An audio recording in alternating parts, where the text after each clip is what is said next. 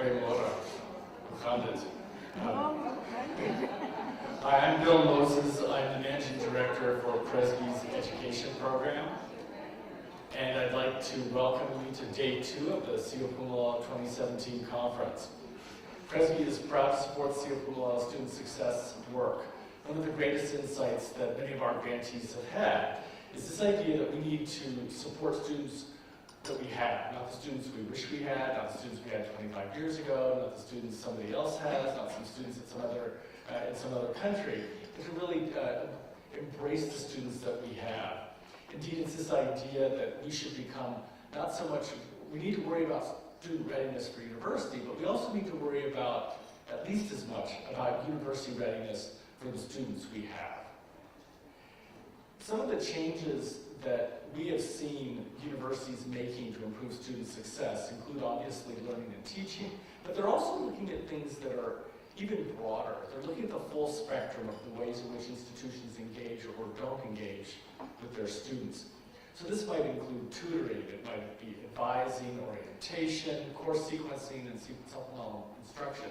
But it also includes things like transit and housing, and a sense of belonging for students, to make sure that they feel like that this is an institution for them, that they can really flourish in. One of the ways that Sadie and Sio Pumala set the agenda for this conference is that when they're at Achieving the Dream, the delegates all get together at the end of the meeting and people say, well, who would you like to hear from in South Africa later in the year? And I'm pleased to say that Mark Milliron, our next speaker, was the unanimous choice of the delegates when they were in San Francisco. And so I think you'll be really excited to hear him speak. Mark is the co-founder and chief learning officer of Civitas Education, which is located in Austin, Texas. You can read more about Mark in his bio in the app. I hope all of you have downloaded the Sio Pumala 2017 app, but you can read more about that. But suffice it to say that Mark has spent a career trying to help striving students to succeed. I first met Mark when he was at the deputy director of the Gates Foundation's post-secondary program, which is a close partner of ours in the United States. But he's worked not just in philanthropy, but in higher education at universities, in associations, nonprofits, and in business. Civitas is providing technical support and strategic support for big data and other uses, other methods to help improve student success. Mark can tell you much more about it than I can. But I think Mark really is a pioneer and a leader in this field in the United States. And he's been a really terrific advocate for students. I think one of the reasons why he and Civitas are so successful is that Mark himself, like many of you and certainly many of your students, is a first-generation student himself. So when he looks at the challenges that students face, he comes at it, I think, from a place of insight and understanding. So we're really excited to have Mark here on his first trip to South Africa, so thank you very much. I'd like to have Mark come on up. If you're okay, I'm going to speak from down here and not up from behind the podium. Is that okay? Yeah. Okay, good. So what I want to do this morning is engage you in a framing conversation. And I'm going to use the metaphor of what's been happening in the world of healthcare. I do a lot of work in kind of unpacking the analytics change in the world of education. And in that work, you'll use metaphors from the world, or learning from the world of business and industry, from the world of athletics, from the world of healthcare, and then how that relates into the world of education. I'm going to anchor in the conversation around healthcare in particular because of the corollaries to some of the kind of outreach initiatives that are happening, and also some of the ethical implications. Love the conversation yesterday, by the way, around this work and how we're going to move forward. We are going to have an hour session later in the morning where we can dive deeper and really unpack a lot of these things. A couple things to set up the conversation. You're going to get the PowerPoint presentation, so don't worry about taking copious notes. There are lots of links out to articles and journals and examples within the presentation, so you can take this and use it to catalyze conversations in your own context. My favorite thing about this kind of work is sharing and learning from other folks as we're taking on this larger work. And also, I would just encourage you as you take a step back and think about how these conversations are going to play out in your own context. Think about the voice you want to add to this conversation, and as we get into our conversations later this morning, let's really wrestle with some of the good, the bad, and the ugly of this stuff and what it can do to help students. Because in the end, that is what we are all about in this larger process. Bill talked a little bit about my own background. I am a first-generation student who went all the way through to get my PhD. I was the first in my family to get on that pathway. I come from a family of 9 children. I have an African-American brother, I have a Korean sister, I have a Native American brother. In addition to that, we had 25 foster kids who rotated through my house during the time I was growing up. My mom was a special needs nurse, and my dad was out of his mind. So we had a big and rowdy household, and I literally did not know what an AA or an AS was when I started in the world of community colleges to get on my pathway into higher education. I kind of knew what BS was, right? Kind of figuring it out. What I was doing was trying to sense make and make my way through, and I often joke that I was completion by serendipity, right? I ended up completing because the right people showed up at the right time. I think part of our work is to figure out how we can use data to change that trajectory and to make it much more completion by design. And I think there's lots of learning we can do in the world of healthcare in particular. So if you haven't read the book Epic Measures, I'm going to begin there. It is worth the read. Epic Measures is a story of Chris Murray and a heroic group of researchers that began to unpack data in the global health conversation in a way that few others ever had. And the thing that is courageous about Chris and the team that he worked with was the fact, and I love just the way this story plays out, because it was the time I was serving as Vice President of Education and Medical Practice at SAS, one of the world's largest private analytics companies, and I was working with hospitals in the US and around the world as the world of analytics hit the healthcare community. And it was at the time of the rise of electronic medical records and where we can finally start telling stories of lifespan and understand things beyond the results of acute care, but you could actually understand wellness and lifespans in a totally different way. Chris and his team began unpacking health outcomes that way for World Health conversations, and his data unleashed a lot of uncomfortable conversations. Because what it basically pointed to was that what a lot of the WHO and others were spending time and money on was probably not the best use of public health dollars and global health dollars, and that they could literally save millions of lives if they redirected the funding. The problem was that flew in the face of what everybody knew. You know what I mean? There are a lot of people who knew what you should be funding and how you should be funding it. And his data actually showed that actually wasn't the best way to spend those dollars. And it took him about a decade of people attacking him and trying to destroy his career before people finally started looking at the data and saying, wow, they're kind of right. And we should change the way we approach our health conversations. I want to use that example because one of the biggest challenges in our work is often very caring people, well-intentioned people who know what we should be doing, who sometimes aren't willing to look at the data. And one of the things we have to be willing to do is take a step back and ask some of these harder questions. In the US, I'm going to tell on the US healthcare system because we're having one of those crazy debates right now in this world. In the 2000s, as electronic medical records and lifespan analysis came together, a really uncomfortable data point began to arise. When you looked at what was killing Americans, the number one thing was cancer, number two was heart disease, but the number three thing turned out to be medical errors and medication errors. And people were in complete denial and going through Kubler-Rossian stages of death and denial around this, denial and anger and bargaining and depression. They did not want to deal with it. And when they began, it took almost 5 years of the same study showing the same thing for people to really understand that this was true. That yes, we were spending billions of dollars on cancer research and heart disease research, but actually if we just spent a little bit of time and a little bit of effort and a little bit of money in fixing healthcare mistakes, we literally could save hundreds of thousands of lives.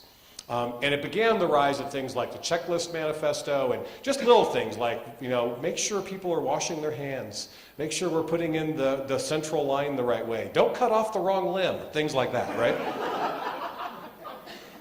And what was fascinating about this conversation was just how controversial it was when that finding came up, when they realized this patient-centered care and lifespan analysis was a different thing. And it began changing conversations. And people started realizing that acute care outcomes really mattered, how people fared after a heart attack. But it was actually better to do something to help that person in their 30s and 40s change their behavior or lifestyle so they never had a heart attack in the first place. Right? And so this larger conversation about preventative medicine and wellness began to take shape. So much so that you suddenly started seeing really interesting initiatives like the Cleveland Clinic's My Chart initiative, And the My Chart initiative was saying, now let's take lifespan data, because remember, we now have digital systems from all these kind of new digital resources in the healthcare community, together with electronic medical records that told a holistic story of lifespan. So now we can unpack data in a totally different way. And one of the most controversial ideas was, let's tell the patient.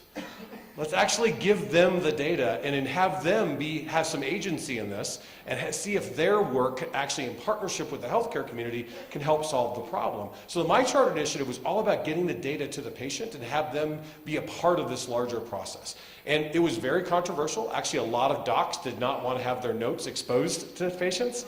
So they began cleaning up their notes pretty quickly and changing what they wrote in there. But what they found was that in the Cleveland Clinic study was this was profoundly impactful. It was significantly significant changes in health for all kinds of different disease states, especially for chronic diseases, everything from age to diabetes, even to chronic heart disease. They found that the right kind of information at the right time actually helped them prevent long-term challenges and actually helped them manage health and actually avoid things in the long run. This, in the long run, led to the popularization of getting data right to people, health data, and now you actually have a complete craze. And it's happening internationally, but in the US it's out of control, where now everybody wants to wear fitness devices. Everyone is wearing Fitbits or Apple Watches, and what's fascinating about this is, a friend of mine the other day, he was just in this terrible mood, and I'm like, what is wrong with you? And he goes, oh, my Fitbit ran out of battery, I didn't get my sleep data from last night. Like, really? That's why you're upset? It was because he was used to knowing exactly how many hours he slept and knowing what sleep stages he was going through. And so that's the kind of information they're getting, and he was correlating his level of sleep, kind of sleep, to his health and wellness, and that level of interaction is what's happening in this larger kind of data conversation in the world of health. Now, this has extended into the design world, and I want to bring this in because this data, getting data to the patient really matters, but also getting data into the way you're serving, your operations and your infrastructure is also changing the conversation.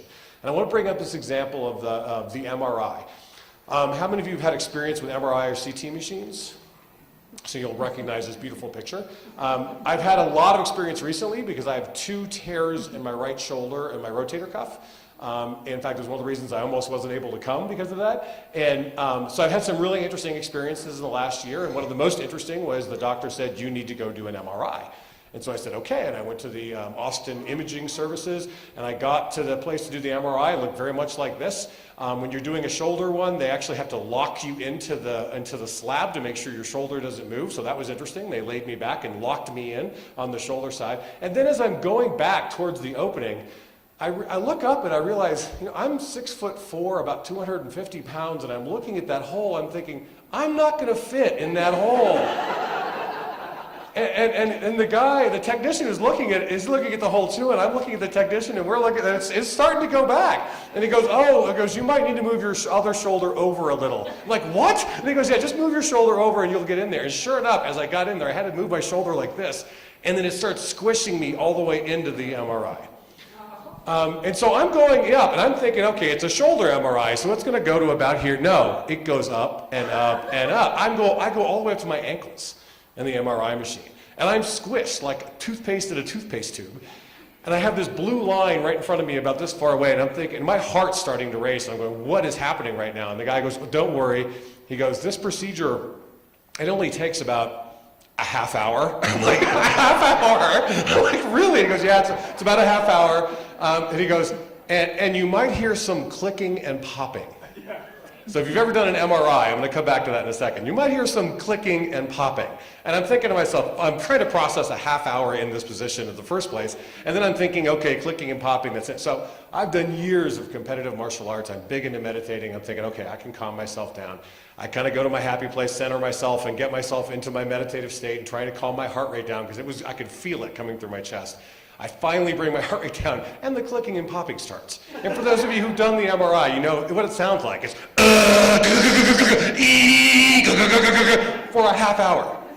I mean, that is the sound that is in your head for a half hour. There's no happy place. There's no calming down.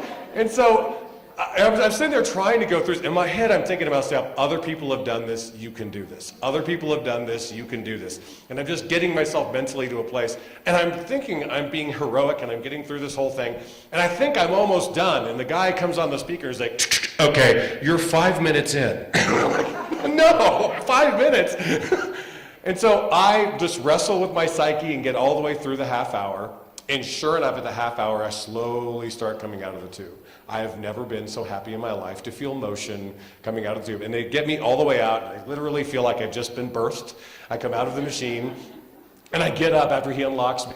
And he goes, you know, this doctor likes this other view of the shoulder as well. So there's an option. If you raise your hand like this, I can put you back in, and he can get this other view. I'm like, is that necessary? And he goes, no, it's optional. I'm like, then we're not going to do it. And I literally got in my car and started driving away. And I called a friend of mine who was a doc, and he goes, Mark, you have no idea how common the experience you just had was. He goes, the problem with MRIs is most of them fail because people can't deal with the stress of that. And most people have to be sedated when they go into an MRI. And here's the thing about the sedation. They can't knock you out completely, because when you're out completely, you'll actually jerk in your sleep and you'll mess up the MRI. So they have to bring in somebody an anesthesiologist who will knock you out just to the point of being severely drunk where they can really control you. Okay? And so you get in there and they just basically have this kind of drunk conversation with you to keep you under control, to keep you in line for the time that you're in there. And the real problem is kids. When they do this with kids, they have something like over an 80% failure rate without some kind of drugs to keep them under control. And even with that, it's a double-digit failure rate after they get the drugs. So you do the math on that, how often this fails and how much of a problem this is. And they started realizing when they looked at the data, this is penny wise and dollar dumb. We got to figure out another way to do this. And so they started working, the folks at GE started working with a design thinking company, and they began thinking about ways they could redesign the experience. And after going through phase after phase of experimentation with it, they began with the kids, and they started a redesign process around the machine with the kids, and completely changed the experience. And when you read this story, you'll be blown away by it, because when they started trying and testing to see what worked, and now they have this machine that basically you can choose to go on a space adventure, you can go on the pirate adventure, you get a virtual reality helmet, you get noise-canceling earphones that takes you on this journey, you can either watch a movie or you can play an interactive game, but you get the pirate ship experience or you get the spaceship experience. And it went from an 80% failure rate into the teens. Okay, and even with that, it went down to single-digit failure rate after the anesthetization. Totally changed the math on this. So it was a huge success. In fact, their biggest problem was this was only focused on kids. And their biggest problem now is they'd have to walk the adults by the kids' MRI room to their MRI. And the adults would walk by and go, I want to be a pirate. I don't want to go through this. But what I loved about it is the data conversations have been a lot about what can we learn and how can we change our orientation towards health and wellness as opposed to just acute care? How can we involve the patients in this process and have them have a sense of ownership and agency? And then how can we structurally redesign our systems and processes, which has led to a revolution in patient-centered care? And it's been an interesting, larger conversation. And I'm going to share a white paper with you at the end of this presentation, a link to it, where you can actually kind of unpack this larger conversation. But what's interesting to me is how this analogy fits in the world of education. I would argue we're just a few years behind where healthcare was. We are now beginning to use digital tools at an increasing rate. In fact, I would argue we're only going to have more data coming our way in the next 5-10 years. In fact, I would argue we probably have a trickle to a small creek of data right now. We're about to have a river and a flood. Right? And that, by the way, it's very similar to what happened in the world of athletics. It's absolutely similar to what's happened in healthcare and also the world of business and industry. And part of what we have to figure out is what are we going to do with those data, and how are we going to make sure that they're put on purpose to trying to help students succeed at a higher level. And just to give you a kind of a concrete idea about how clear this is and how kind of real this is, do me a favor, take out one of your digital devices. Just take out one of your mobile devices. Okay? All of you have them, a number of you already had them out. Just take one of your mobile devices out. Okay, now that you have them out, what I want you to do is turn to somebody on your right or your left, and I want you to trade that device with somebody on your right or your left. Just trade your device out with somebody else. You can do it, so go ahead.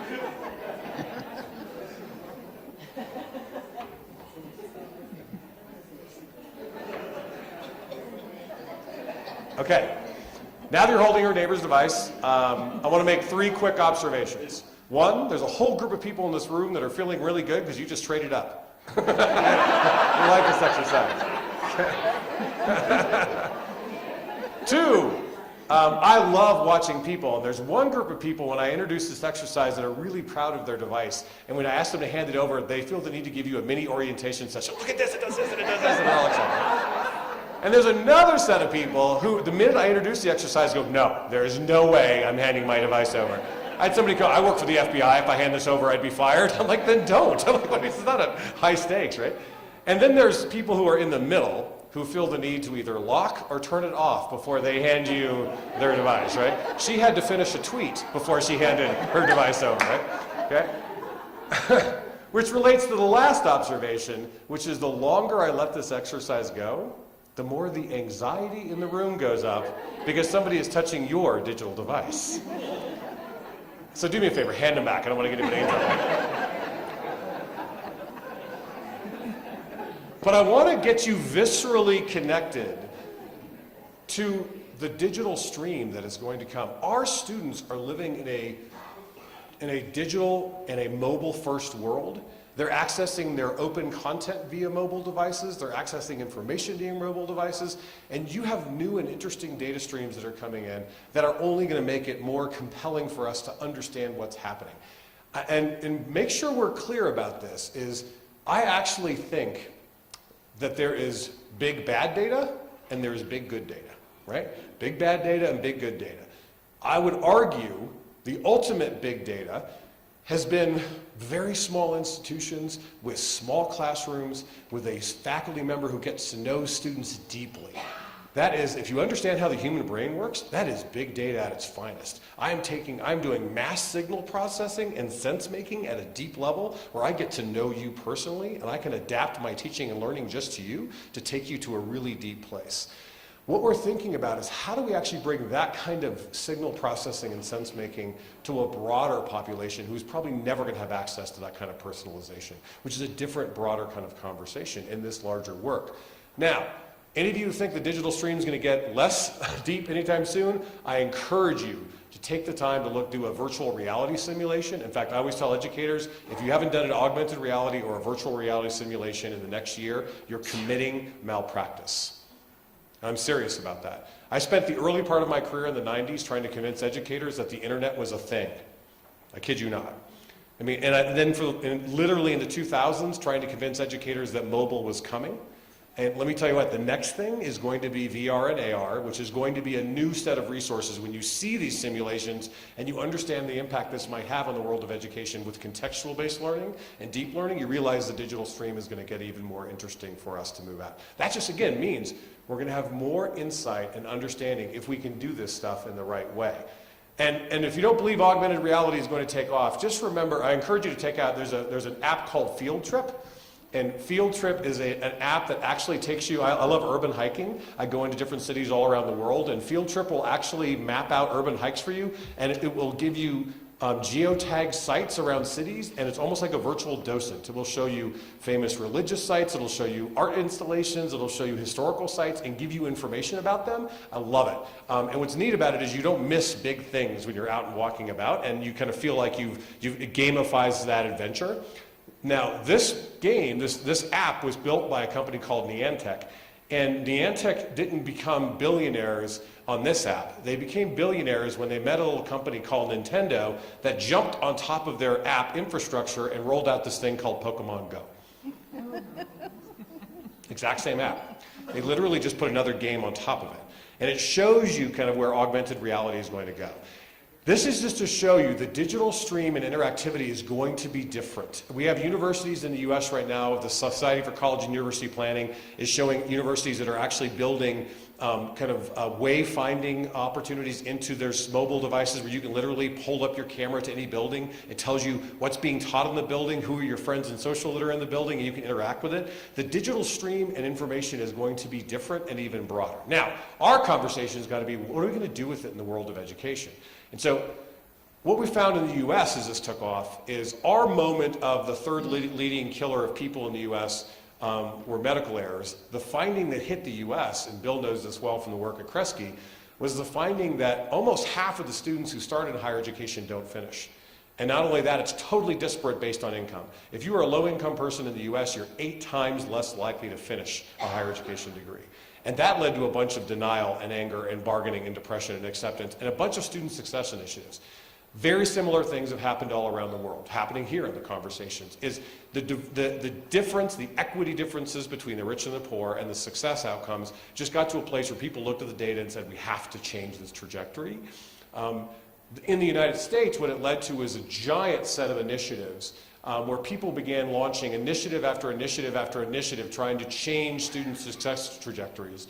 And we're at the point now where people are swimming in initiative fatigue. They're just overwhelmed. In fact, they're at the point where they do not want to let their vice chancellors, you can't go to any more conferences. Stop.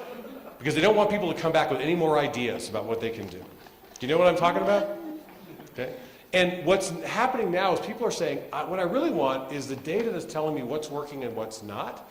And that has led to some very interesting conversations. So what I want to do is give you some insight into the conversations in the Civitas learning community, which is a community of institutions that are dedicated to using data science and design thinking to help more students learn well and finish strong. And the first thing I want to anchor you in is a basic theory of work. And the theory of work, best way to explain it is with this data impact matrix, which is this idea of how do you optimize the data that you're working with. So if you look at insight on the y-axis and action on the x-axis, low insight is you can only do the data work you have to do because of accreditation or licensure or quality control. High insight is deep predictive flow modeling like they have in lots of other sectors. You really are great with data. Low action is you don't want to change very much. You like your policies, your practices, and your programs. High action is you're innovating. You're using new policies, new practices, new technology, new techniques. If you break that into quadrants, what you see is there are some institutions that only do data work because they have to, okay, and they don't really want to change much. In fact, a friend of mine who works in research in one of these universities has a great line. She says, we do data-driven decision making. And I said, really, what does that mean? And she goes, what that means is our administrators make decisions and they drive us to find data that back up the decisions they've already made. Then you have the upper left-hand quadrant where people have done very sophisticated data analysis, but often by the time they have cleaned, staged, analyzed, and reported on the data, what has happened to the students about whom they have collected the data? They're no longer with you. In the world of healthcare, they would call that autopsy analytics, right? Okay. In the lower right-hand quadrant, I would argue the higher education world is swimming in this lower right-hand quadrant, which is best practicism, which is you don't have a ton of data, but you're so interested in changing and trying to improve things that what you're going to do is you're going to move on weak signal, which means people who've tried things that are working, you're going to borrow their ideas and do it. In fact, the world of higher education, I jokingly call it a case method field. Case stands for copy and steal everything, right? Somebody else does it, I'm going to pull it in. And you see, we want one of those, we want one of those, we want one of those. And what happens is you see a lot of small scale, not very impactful initiatives happening all over the place. And you ask them, why are they doing it? They say, well, because so-and-so is doing it, and they're credible, and they're really interesting. And it's not really based on their data. The shift is, increasingly, and the theory of work is, if we can move to this upper right-hand quadrant, where we're using our data to understand our dynamics and our context, we're trying and testing our initiatives with data to understand what's working and what's not. And we're making a commitment to get data to the front lines, to get it in the hands of lecturers, in the hands of students, in the hands of tutors and advisors, to help them help students on their journeys. That's a different way of operating with data. And that's not a normal thing. In the world of higher education, we are obsessed with accountability analytics, not with operational analytics. And it's a new discipline that we're trying to pull together. And it's really moving from no or wrong signal and late signal and weak signal to a place of strong and optimal signal, right? The idea where you have much better information and signal processing to help people chart their paths. So what I want to do to unpack what people are doing in this upper right-hand quadrant, which I'd love to call kind of student success artistry or student success science, is to kind of give you some idea of the broad spectrum of folks working. We're working with everybody from Ivy League, Russell Group, to our Research One universities, access universities, community colleges, private and public. We've now got about 300 institutions, and we now have one of the largest data sets ever accumulated. We have about 7.5 million active students in our data set, more than 20 million long-term student records, and 200 million course enrollment records. And we're learning a ton in this work. And I just want to unpack a couple of the big things related to the kinds of conversations you're having and how people are using these data pieces. To do it, I want to talk a bit about what the infrastructure looks like, because there's three parts of this. The three parts of it are the platform and then what they do with it. And I'm going to give you a couple of examples around personalizing pathways and precision support. But just to give you an idea of what this means, this is not just doing advanced reports. What this means is taking multiple data sources, student information systems, learning management systems, CRM systems, card swipe data, survey data, and pulling it together. And what our data science, we have about 200 people on our team, most of them are data scientists and engineers, and what our data scientists have found is pulling that information together, and especially creating derivative variables, is one of the most important things. And the derivative variables, we can unpack this more in our conversation, are the calculated multiple variables that aren't just basic demographics. Education is obsessed with regression against demographic variables, and what we have found is that the derivative variables literally count, listen to this, for 95% of the variance. So it's not whether or not somebody logged into the LMS or their ethnic category that is most predictive. It's actually what they do in patterns of behavior and how they break and or engage in patterns of behavior that are more predictive. It's the choices and patterns that they're enrolling with, and we'll unpack what that means as we move through. Once you do the derivative variable creation, you combine that with the point variables and you build institution-specific predictive models. Every institution we work with, when we start working with them in the beginning, they all tell us, we're a snowflake. We're different than other universities. You've ever heard that, how different you are? They're right. Every institution has their own politics and policy and process. They have their own digital infrastructure that's been completely adapted for their own context, and they have their own student populations interacting with those two things, which creates a completely different signal.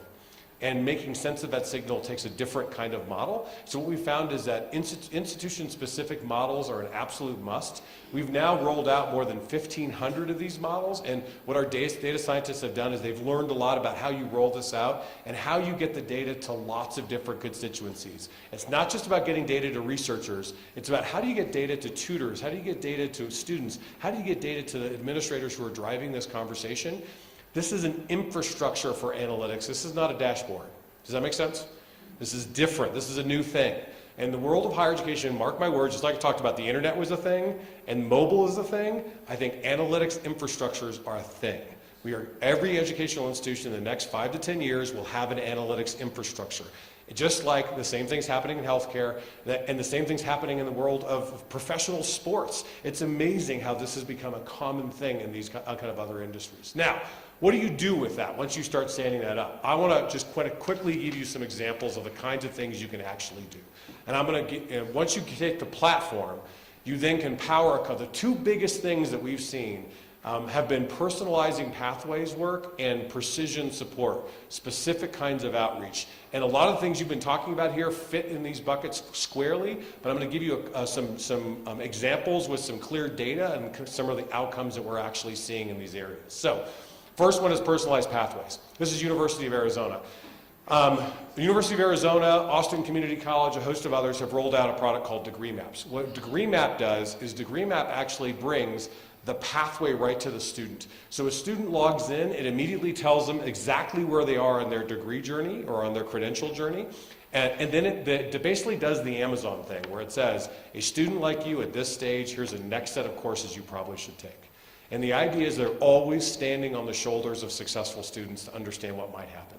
Now think about this for a second. When I was a first-generation student, I had no idea what I should do, and it was hard to even get in with the advisors to get information about what was going on. If you're a second, third, fourth-generation student, you are scaffolded by the information and insights of family and friends and all kinds of people on that journey, right? This is actually equalizing the playing field. It is saying we're going to make sure every student has the insight of the best students, and so at least the default choice becomes the best choice, right? If they're going to make any kind of choice in this process. What's been really powerful about this is not only does it help them map out the course and the sequences they should be taking, it actually helps them explore options if they want to change majors. Do students ever want to change majors? Anybody? What this system does is it takes their credit accumulation and will do an optimization match against every credential offered by the institution, and then do an optimization map and show them if they can click on any one of them, and they can do a comparison side by side. Here's where I am, here's where I'd be if I switched.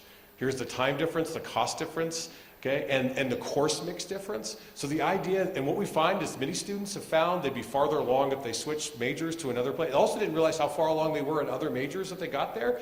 Some students who have switched majors a lot found out they're already done, which is already fascinating in this. But what's fascinating about this is this also gets students to stop jumping from major to major because they get reality therapy about where they are and what it's going to take. And it kind of informs that larger conversation. By the way, when they think about changing majors, it actually maps them to the career opportunities in that major and links them to Burning Glass and gives them actual information about the job market for that career. So it'll say, here's the local job market, the provincial state market, here is the national market, and you'll understand the implications of the career they're getting into. You think students like that? Students love it. And what's been fascinating is this product, what we have seen is on average a 10 to 11% bump in persistence for the students who use this tool.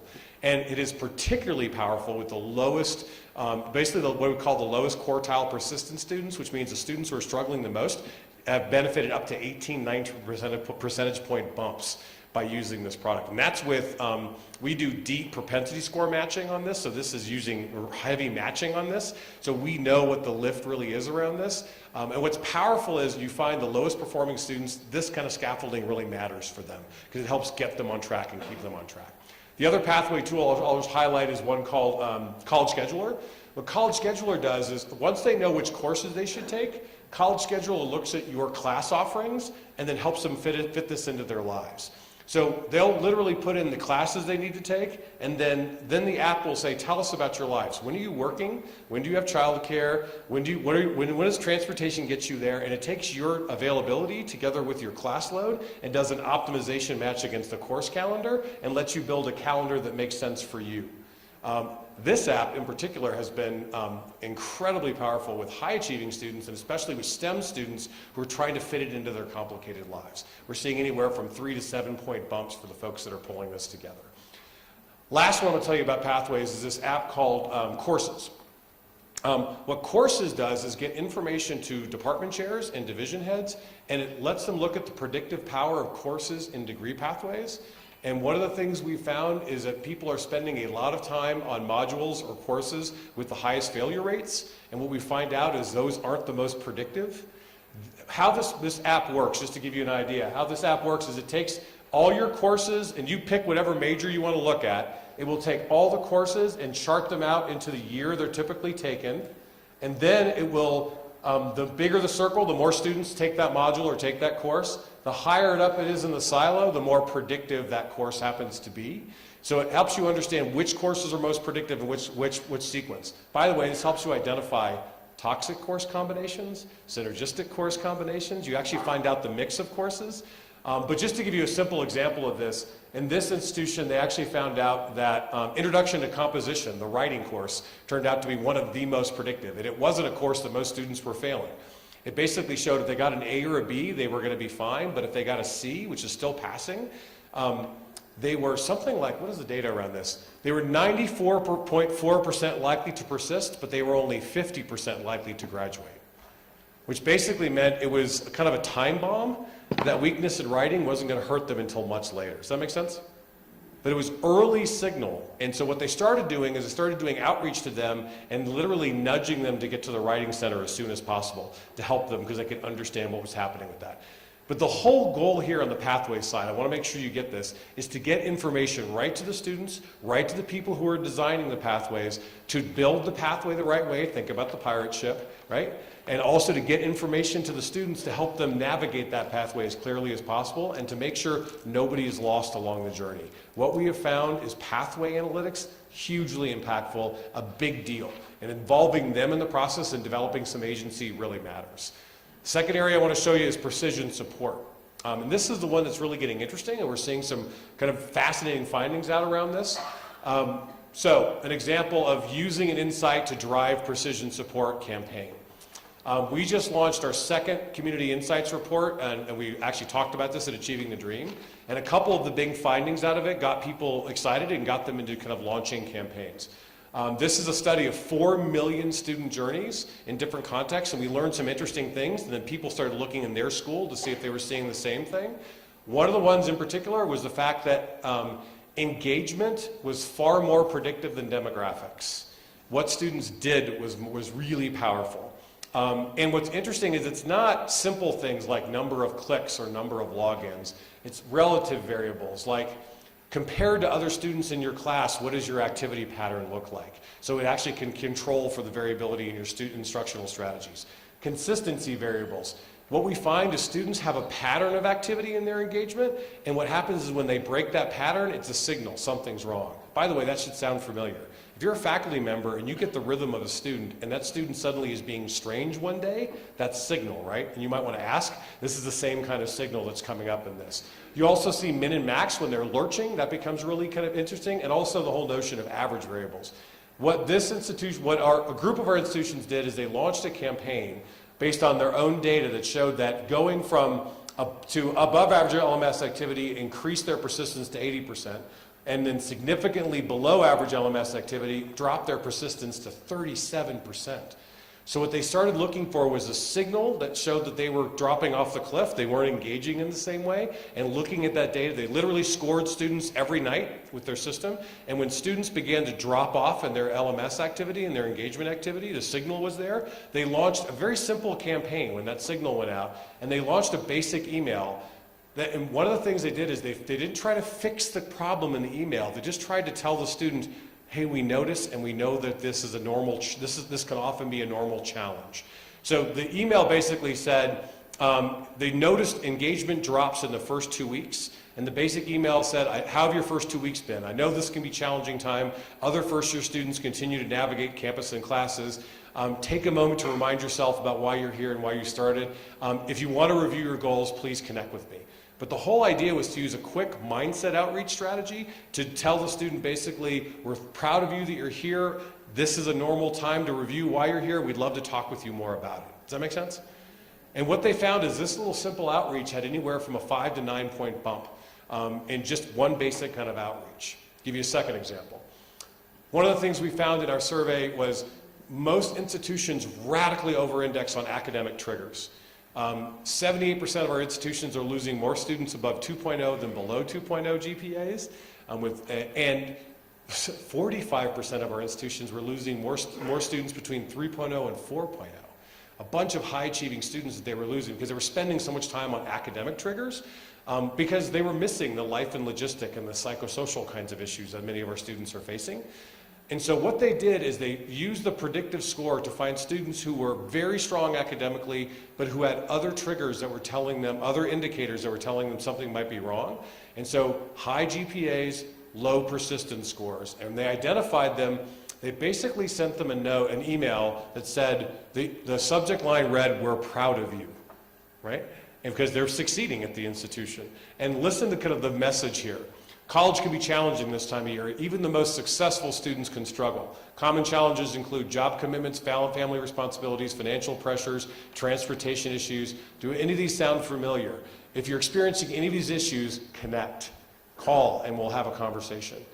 This little note that didn't try to fix the problem, it just said, we know that it normalized challenges for high-achieving students. It said, we're proud of you, you're doing great, challenges are normal. If you're having some kind of these challenges, connect with us and let's have a conversation. This one email had Lone Star College, for example, had a 9.3% bump in persistence. They literally saved 278 students just on that email alone. And I was with the students in the focus groups around this, and the students basically said, I was just about to quit. And that email came just at the right time and helped me realize that I wanted to be able to stay there, and I had a conversation and I fixed my financial aid problem and I stayed at the university. But the idea is getting the infrastructure to have the right data at the right time to do the right kind of outreach. And again, what we're seeing is that kind of outreach really matters. Last one I'll show you came from the folks at Del Mar. The folks at Del Mar, what they did is they did a finish line initiative. They looked at students who were 75% of the way done or more. And they basically said, they broke them up based on their predictive model persistence likelihood, their likelihood to finish. And what they did was, to the highest quartile students, the highest achieving students who were the most likely to finish, they sent them an email nudge that said, congratulations, you're in your last year, we're super excited about you crossing the finish line, here are the kind of courses you need to take to finish, the details you need to kind of lock up graduation, let us know if you need anything. Boom, sent out the email. The middle two quartiles, they sent out a note, said, congratulations, you're close to the finish line, boy, are we proud of you. We'd love to have a phone conversation with you just to map out your final stages to make sure we get you across the finish line. For the lowest quartile students, they sent out a note saying, congratulations, you're close to the finish line. We're so proud of you. We'd love to have a face-to-face meeting with you just to map out a plan to get you across the finish line. Notice the differences? And because they have scarce resources, they couldn't have a face-to-face meeting with every student. They varied it based on their prediction, and they launched the outreach. They had a 3-year grant. Bill, you'll love this outcome, because they had a 3-year grant with Title III, and their goal was to raise their total graduation numbers by 20% over the course of 3 years. And this was their biggest initiative to do it. In the first year, they increased their total graduation numbers by 31%. It blew them away because, one, they had to clear a lot of backlog of students who were there. Because, by the way, when they did this analysis, they found a whole bunch of students who were already done and didn't know it. Because one of the things they did is did an optimization match against all their credentials, and they were far along in one credential, but they didn't even know that they were already done in another. And they also earned sub-credentials like certifications. It was fascinating to kind of watch what happened with this. But the Del Mar people have said that this kind of strategic outreach has helped them think about how they optimize, not only for the struggling student, I want to make sure I'm clear about this. If we're doing this right, this is not just about the struggling student. This is about helping every student make the most of their time with you, right? This is about broadening our kind of lens in this. Now, as you bring this together, you can use all kinds of tools. So we've had tools that go directly to advisors, like Inspire for Advisors. We have tools that go directly to faculty, like Inspire to Faculty. But the idea is that outreach can be as simple as a text message. It can be, it can be a WhatsApp kind of note. It can be an in-app nudge that you have for like Degree Map or College Scheduler. It can be something like from the faculty or from the advisors. I love the radar system you were talking about yesterday. But the idea is this engine helps you understand when you launch that support and when you connect with them. And what we have seen in our data are the two most profoundly impactful strategies are trying to do pathway analytics to get them along that pathway, and then precision support. Kind of launching it however you launch it in lots of different directions. Now, we have a tool called Impact, which actually does analysis of different initiatives in lots of different buckets, but it's where you can do that kind of matching. And what we're seeing is as people do this work, they want to know. They want to know what's creating lift and what's not. And that kind of insight where they can literally stack rank their initiatives and understand when you click into these, you literally can see for which kind of student population does this really work. For my online tutoring, who does this really work for and at what level? For my writing center, who does it work for and at what level? For my orientation program, who's it working for and at what level? Is giving a different kind of student success science conversation in this work. And as this work is unfolded, it's pretty clear that people are realizing as they process this signal, and this is just a couple of frameworks for your conversations. People have over-indexed on the academic triggers, and what we're finding is that the psychosocial and life and logistic triggers, those indicators are just as, if not way more important. And you know this from the context of your world. If somebody is homeless, or if somebody is food insecure, it's hard for them to learn, right? And having broader contextual information really matters. I had deep philosophical conversations, angry conversations with IR people who basically said, all of this is academic, the other things are just excuses. And it makes me want to strangle them. They're like, have you talked to a student? Do you have any idea the challenges many of our students are going through? And you know this from what's happening in your country. This is a real thing, and those indicators show up in the patterns of engagement, the patterns of behavior that you can actually pull out. By the way, if you want to unpack some of the best psychosocial research, because it's not just about grit in a curriculum, it's about broader conversations of mindset. I'm going to link you out to an article from the University of Chicago. This is a meta-study of about 100 psychosocial studies, and I love this framework because it nests psychosocial conversations within a socio-cultural context, then the school and classroom context, and then you get into academic mindsets. But the idea is you have to understand the context you're in. There are some contexts you're in where the students are going to have a hard time learning regardless because it's not safe, right? The issues that are going on. But it means you understand the larger context for this. Now, final thing. This will link you out to an article called The 7 Strategies for Leadership in the Age of Analytics. And I just want to share a few of these insights, and we can unpack these a lot when we get into the larger conversation this afternoon. First one is you have to turn on your own lights. You can't just use data from other places and other schools and assume that it translates into our context. The N of one matters. The dynamics of your school are unique, your university, your college. You've got to turn on your own lights. Second, you've got to develop your own try and test mindset, which means you've got to develop a discipline for using data. We have this concept called the dial, which basically means you've got to process your data to maximize your insights so you can inform and instrument your actions so you can continue learning. That's the notion of dial. It's basically just a continuous improvement loop. But the idea is you develop the muscle of using data to develop insights, to inform action, to try things and learn from them, and then keep that dial turning. And that dial helps you build the muscle of operational analytics. The muscle we have built in education is accountability analytics and reporting. We have not built the muscle for operational analytics and improvement. That's a different kind of muscle. We'll talk more about that in a second. Then you've got to be able to use design thinking at the front lines. One, accept it as mission critical. You got to believe this is a thing. Fourth, you've got to get into design thinking, which means, by the way, I think if we bring data the wrong way to students, we will wipe them out. We have got to be careful about the way we bring them data. If you show an at-risk student a flashing red light that says the predictive model says they won't succeed, how long do you think they're going to be with you? Right? We've got to think about the way we approach data for them. How many of you have a young person in your life that plays video games? How much time and effort will they put in to go from one level of a game to the next level of a game?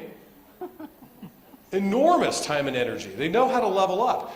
There's all kinds of incredibly interesting theory you can use to say, a student like you at this stage, this is the most important milestone to achieve next. Let's go after that. And if you do that, you're going to triple your likelihood of getting a STEM degree. Once they achieve that, level them up again, right? But that's design thinking and thinking about what this discipline comes together. We have to combine design thinking with our data science as we do this work. Be willing to catalyze the conversation around analytics, and especially, I'm going to bring that conversation around privacy and around ethics, but in particular, remember the cultural issue. Because you've talked about it a lot here. Culture will eat strategy for lunch every single day. And I'm going to give you a basic framework. What I have seen in this work in the last 4 or 5 years in particular is basically this kind of juxtaposition between the 7 deadly sins and compelling virtues in this work. Okay? The 7 deadly sins basically are, if you approach this work self-interestedly in a way that's going to improve your outcomes as opposed to the student outcomes, it's dastardly. Okay? And that is in some ways the core of the worst version of this. So we had a president in the United States that was at one of our colleges that was literally using analytics to cream students out who are going to change his outcome numbers. And he called them, he goes, I'm going to kill those bunnies. Literally said that out loud. And his whole idea was to use advanced analytics to take the weakest students out as fast as he could so he could change his numbers up. That is self-interest use of analytics. We don't want any part of it, right? Secondly is this whole notion of denial, which means your first reaction to data that might be bad for you, your first reaction is denial. And you spend all of your energy in denial and arguing about it. The third deadly sin is blame, which your first reaction when bad data comes up is, whose fault is this? And often you blame the student, right? Or you blame society or some other thing. Fourth is perfection. You say, we can't take action until we know everything about this. Have you ever heard that reaction? And that just puts people into this analysis paralysis, and they stop everything, even though Signal is telling them they're losing students. We had an institution where we gave them a list of 1,007 students, and we said they're in the lowest decile of the prediction model, which says they will almost certainly not be here next semester if you don't do something about it. And they said, well, that's really interesting. We're working on this other project with you. Let's work on that project, and we'll come back and look at this list later. The next year, we came back and said, we just want to go back to that list we gave you. And we checked, and all 1,007 students were gone. And I got to give the provost a lot of credit, because the provost sat in a room with her leadership team and said, she was courageous. She just said, I want everyone in this room to realize this. We knew this, and we didn't do anything about it, right? And because they were so focused on the perfection angle of this. Then temerity. The notion of temerity is people who just think they know, right? And then you have what I would call uninformed temerity, where they just think they know better than everybody else, and they just want the data to back up what they're already doing. Or they find one little piece of data and they think it's correlation, causation all over the place. They think that late registration is causing all the problems of humanity, and not realizing there are other issues besides that. Have you ever seen that? Right? And then you've got timidity, which is they're just afraid to try things. They don't want to face the challenges of trying things. And the worst one is decoupling.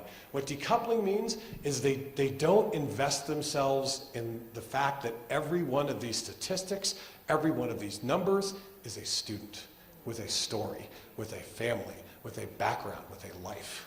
And that decoupling gives them cover for not doing anything. You know what I'm talking about?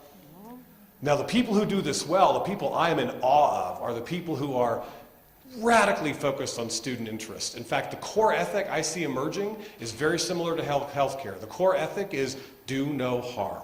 Everything we do is about trying to help students and improve students. This is not about commoditizing the data at all. This is about improving the educational experience and trying to help the students. The second one is they have the courage to actually look at the data and challenge their own assumptions. Third, they approach it with wonder. They don't try to lock down because if you start approaching it with blame, it locks down everything. Nobody's willing to try anything. They approach it as scientists, right? As I wonder what's going on, I wonder what I can do with it. They're focused on perfecting, on getting better and better. They'll try things and test it, and they'll try to get it better and improve it over time. They have the humility to realize they might be dead wrong, but at least they're going to put something out there and try in this process. And in particular, they're willing. They're willing to actually get out there and try something different. When you've got an institution, we have community colleges in the US where only 20% of the students are finishing. You have got to have the willingness to try to do something different, because something is not working at its core. And the people that just, I'm blown away by are the people who are saying, we're going to do something fundamentally different because this is not working for most of our students. And then lastly, immersion. They get into the lives and understanding the issues of their students, and they understand they want to put this on purpose. At its best is when this is actually put on purpose in the most powerful kind of way. So again, we're going to dive deeper into this afternoon, but I want you to think about this for a bit. And in particular, to think about the way you approach this work. There are no easy answers, but what I can tell you is that we are going to have more data at our fingertips than ever before. We have to build our muscles in how to do this the right way. There's infrastructure issues and there's operational issues. There's entire ways, there's whole models for how we're going to use it in our institutions we have to learn. We have to deal with the cultural issues around this, the ethical issues around this, but I don't think we can just turn away from this. The answer cannot be, well, this has ethical implications, so we can't do it. That's not the answer, okay? Because in the world of healthcare, they have the exact same issues, and they have wrestled to the ground with it. I don't think they're perfect with it, but what they totally understand is the moral imperative of knowing, right? The insight that comes out of this. We're trying to help students succeed on these pathways, and we understand that these numbers and these data are actual people who are striving on these journeys that we want to get better, right? That is how we make this work. So, final idea as we transition to your colleagues, talking about their models and your way of approaching this. When I do work internationally, it's always interesting, often because if I travel, especially places like Southeast Asia, I stand out because I'm a lot bigger than the people who are there. And I recently was doing work in Singapore, and it was really interesting because I literally visited different kind of temples and sites, and I was standing out all over the place. And as I was at the airport, at the Singapore airport, ready to leave, I was having one of these moments where I really felt like an outsider Westerner, and that everybody was staring at me, and I couldn't figure out why they were staring at me. And as I walked into the airport, more people were staring at me, more people, and I couldn't figure out what was happening. And then I realized what was going on. Across the airport from me was a guy who was clearly from Texas. And I know he was from Texas because he was about 6'6", about 270 pounds, with a giant cowboy hat on and a big belt buckle. And he was telling everybody, I'm from Texas! And he was yelling and screaming, and he was out of control, being rude and horrible. He was the ultimate ugly American. Have you ever seen these people? Yeah. I mean, he was out of control. And his wife was apologizing to everybody in his wake, and he was just yelling and screaming, total nuts. And then I realized I'm the only other person in the entire airport who looks like him. They all think I'm with them. So I'm moving away as much as I can to get people, I'm not with those guys. And unfortunately for me, I get upstairs and I'm on Singapore Airlines, and I love Singapore Airlines, they're just absolutely amazing. And I end up 5 people in line behind this guy. And this guy gets up to the front of the line, and he's in front of this 4'11" Japanese woman. We're about to go from Singapore to Tokyo back to Los Angeles. And he gets to the ticket agent, and he just starts screaming at, "On American Airlines, this would never happen!" And he's screaming and yelling and out of control and red-faced and sweating.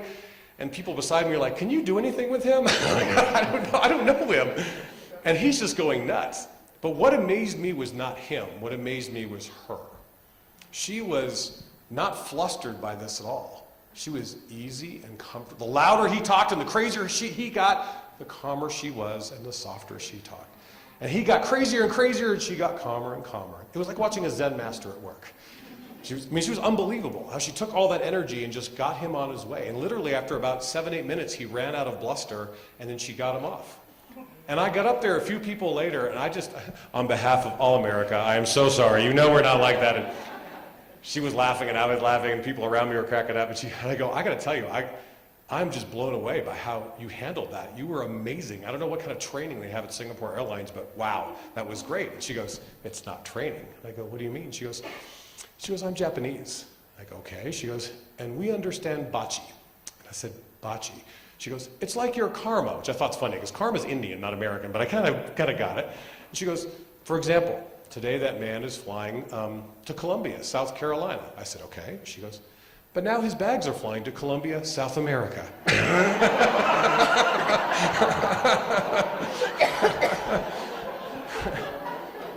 She said, "That's bachi," which is the spirit you put in will be the spirit you get out. And the idea holds.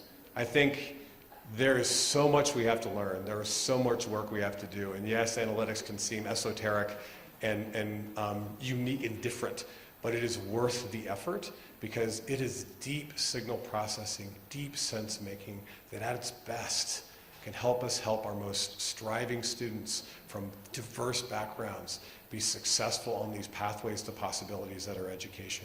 And if we can help them on those journeys in any way, shape, and possible, in any way possible, it is worth the effort. And I applaud you for taking on this conversation. Thanks, folks.